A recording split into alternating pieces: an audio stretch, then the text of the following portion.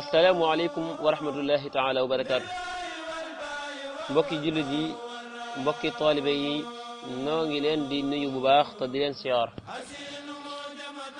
di leen fàttali rek ne ñu ngi woon ak yéen ci naafilay koor gi muy naafila yu ñuy woowee naafilay sëriñ Sohaybu. naafila yi nag nun noo ngi tolloon ci guddig juróom-ñaareel gi.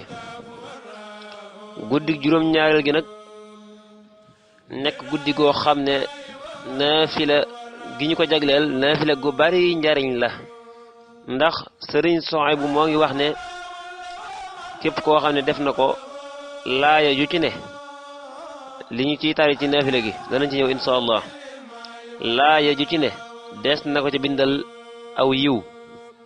yemut foofu mu ne dana mel ne itam ku sarxe junniy diinaar, mel na ne ku sarxe junniy diinaar te lu mu ñaan yàlla mu may ko te des na ko ca bindal tuyaaba yu toll ne li mu bisi àdduna yépp, mboolem àdduna bi bis yi ni mu toll yàlla rek ko xam na mu toll, des na ko bindal tuyaaba ju toll noona. te araf wu ci ne li muy tari ci julli gi moom it danañ ci ñëw insha allah, waxoon nañ ko léegi danañ ci ñëw. araf wu ci ne des na ko ca tabaxal ñënd lu rëy ci àjjana. araf wu ci ne des na ko ca tabaxal ñënd mooy pale, ñënd lu rëy ci àjjana. araf wu ci ne loolu ñaata ñënd la war a doon te xool julli gi liñ ci war a julli liñ ci tari ñaata araf la. nee na julli gi ñaata rakka lay doon, juróom ñaareelu guddi gi ñaata rakka lay doon, juróom benni rakka lay doon, juróom benni rakka lay doon.